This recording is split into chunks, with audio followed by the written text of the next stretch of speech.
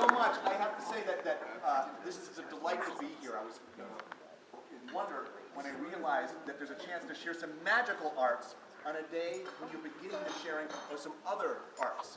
But what I wanted to talk to you tonight is actually a special kind of magic. And although I may be the magician, it's a kind of magic that each and every one of you in this room is doing, whether you know it or not. We're talking about the magic of Resourcery. We're talking about the skills that you are developing to transform our current society into something much more beautiful and much more sustainable. When I was here as an undergraduate, when I was here as a forestry school student, starting back in 1987, unfortunately, we weren't thinking this far ahead. And we had a very different attitude towards resources. When I was a student here, Yale had a very different policy towards what was called at that time waste. Not resources, but waste. See, the policy, except for a few rogue students like myself who ran a guerrilla recycling program, you take basically everything you don't want, and then, in typical fashion, take it, put it into a bag, and then, of course, the magic we were supposed to do was to make it go away.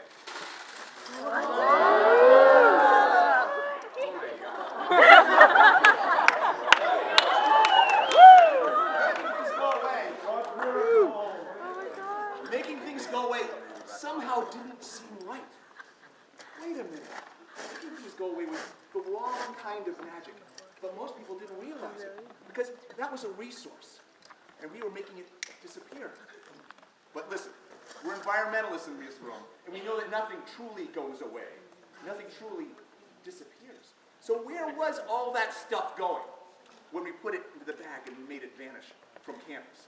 Well, as I tell most of the custodians and the dining hall workers here at Yale, when I talk to them about recycling, I tell them that if you throw your cans and your bottles and other resources into the trash, it won't go away. Instead, it's going to go to the B. And everybody gets the same confused look that you just got. What do you mean, the B? Well, the B stands for Bridgeport. And when materials go to Bridgeport, they don't vanish or disappear, and nobody's really recycling. Instead, all that stuff is transformed in a way that doesn't take full advantage of it. And, all right, let me just demonstrate.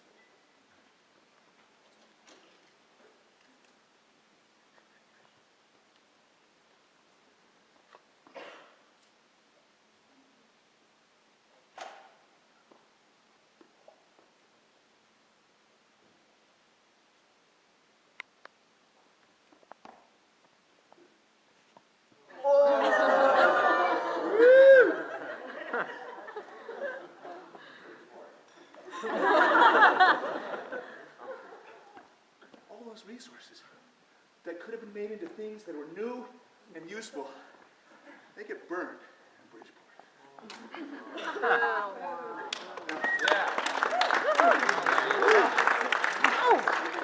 There's a hierarchy in waste management. And burning trash to generate some BTUs from things that we can't recycle does make some sense. It reduces the volume 80%. We get some BTU value out of plastic bags, which we can't easily recycle. But glass? Metal, it doesn't burn. Organics, it doesn't burn. All that stuff could have had a higher use with the recycling program. And what they failed to recognize as we've been throwing things away is that all this stuff that we think is trash isn't. It's a resource. In Connecticut, if this had a label on it, I could get 5 cents back for it. I could bring it back to the store and they would give me a nickel for it because it's got some value to it. But now, without the label, people think it's trash. But it's not. The carpets that you're sitting on are probably made out of old PET bottles just like this. And when you get them recycled in that way, you're basically recognizing that even an old bottle like this one still has life in it.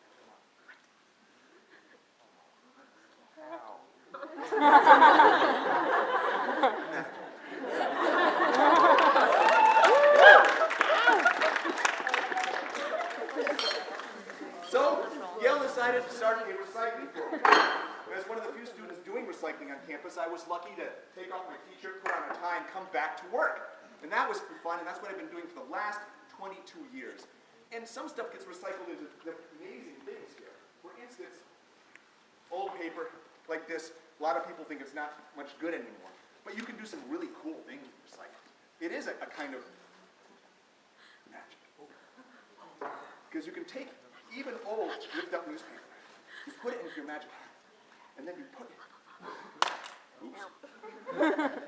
it, you put it on your head, you cast your magic spell, and then, if you're lucky, pull, you get something back you could really use. Resources made into resources. So this is all part of a new era that we are creating in here, that all of you are creating, an era of resourcery, an era in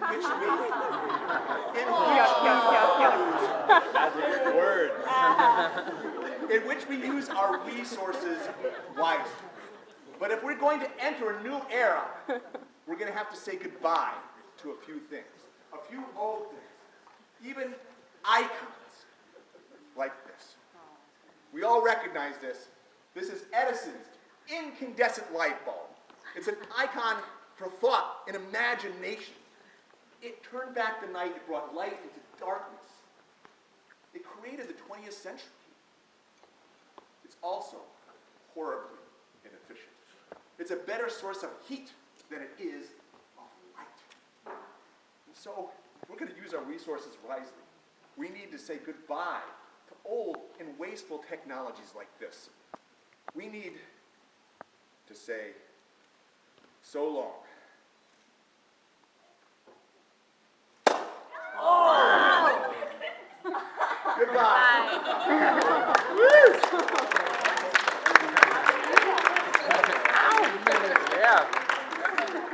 But as we say goodbye to the old, we need to consider the new. And the new has some puzzles to it, like this small wizard's puzzle. I do have a wood product with me today. Yeah. Now this wizard's puzzle is symbolic of the greater societal puzzle we have. The little wizard's puzzle is pretty simple, or it's simple to say, but not simple to solve. Here it is. We have a small block of wood. We have a large block of wood with a hole in the center. You take the little block of wood, you put it in this big block of wood. And the challenge is to get the little block of wood out of the big block of the wood without doing this. Without using a magnet. Some people suggested pouring water in and floating it up. That's a good idea. But that's the puzzle. How do you get it out? Now, we also have a giant societal puzzle. How do we kick ourselves from our addiction to oil and other fossils? Because we need it. We need it badly. I rode my bicycle here from East Rock, but it was oil and fossil fuels that made that bicycle, that made the tires in that bicycle, that did so many of the other things that I use today, even with the small footprint I'm trying to create. So we have this little puzzle here, the block of wood inside a block of wood, and we have a societal puzzle. We need oil, or we need a replacement. And then I realized the solution to this little tiny puzzle is the same, in part, as the solution to our grand societal puzzle. And it is magic.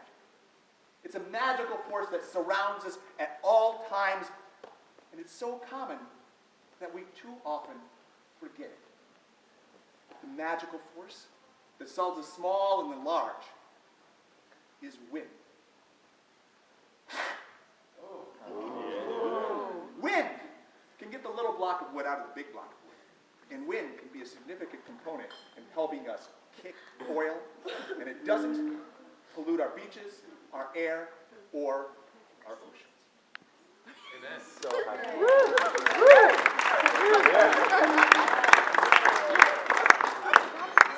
So, I have to remind you though, that I've been doing some magic tricks here. But the most important lesson I learned when I was studying magic in Las Vegas is actually a bit of magic that the non-magicians think of in Las Vegas. Because when you're going to Las Vegas, whether it's to go to see magic, to go to have a good time, or to go and hit the tables and the slots, is you got to have the right idea. You got to have the right attitude. You got to think positively, because that's the only way you're going to be able to make things happen. And that's what I want to remind all of you, that I may be the magician, that you guys are going to make this new era happen. But of course, I have to do this through a Las Vegas method. Now, Las Vegas is a place where there's lots of cards. Do you play cards at all? Sometimes. Excellent, excellent. You don't have to be a pro, but it's good. I want you to imagine, because this is all about your imagination. When you leave this place, and when you study and put on your projects, your imagination to make this new era. I want you to imagine that I have 4 cards in my hand. Now, that actually should be easy, because I do have 4 cards in my hand, okay? So you got that going? You can imagine it? All right, she's got it, guys. Round of applause, come on. Excellent. All right, now here's the next step. The next step is trickier. I want you to imagine that I have in my hand the 4 queens. Now, what are the 4 queens? Queen of clubs, hearts, spades, diamonds. You got it right, guys? Woo! All right, so you got that imagined in your hand? That I have those? Excellent. Now it's going to get trickier. I'm going to now take, in your imagination, 2 cards of the same color out of this pack. Which did I take out of the pack in your imagination? The red cards or the black cards? Red. The red. So you imagine that I've taken the red queens out. I have the red queens over here, and it's going to get trickier again. I'm going to take one of those red queens, and I'm going to turn her face up. And then I'm going to put all 4 of those cards back together again. So you chose red, and now they're back up with one of those red cards face up. In your imagination, which of those cards is face up? Queen of Hearts. Queen of Hearts. You can see this. You can imagine this? Ladies and gentlemen, your imagination, her imagination, is the most powerful magic in this room.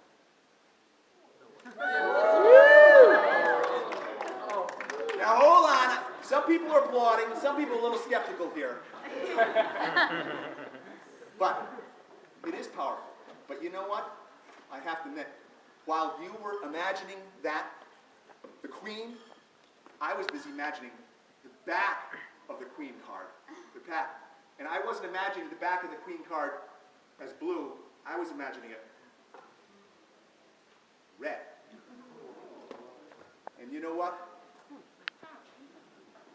You and I were so busy imagining this card that we forgot to imagine the other cards at all. That's the power of the imagination. Give her a round of applause.